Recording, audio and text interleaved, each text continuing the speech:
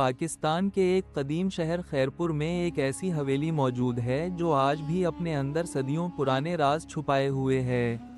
لوگ اسے رانی پور کی ویران حویلی کے نام سے جانتے ہیں۔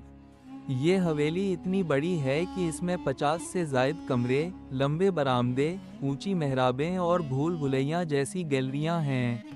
کہانی شروع ہوتی ہے 1980 کے ایک واقعے سے۔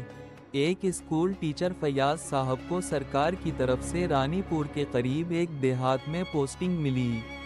گاؤں والوں نے ان کو رہنے کے لیے وہی مشہور حویلی دے دی جو کئی برسوں سے خالی پڑی تھی۔ لوگ رات کے وقت وہاں جانا پسند نہیں کرتے تھے، مگر فیاض صاحب نڈر تھے۔ پہلی رات جب وہ حویلی میں داخل ہوئے، ٹھنڈی ہوا کے جھونکے، کرخت دروازوں کی چرچراہٹ اور لمبے راہداریوں میں گونجتی آوازیں ان کا استقبال کر رہی تھیں۔ مگر وہ تھکے ہوئے تھے، سو گئے۔ رات کے پچھلے کھا انہیں یوں لگا جیسے کوئی آہستہ آہستہ ان کے سرہانے چل رہا ہو۔ آنکھ کھولی تو دور صحن میں سفید کپڑوں میں ملبوس ایک عورت کھڑی تھی۔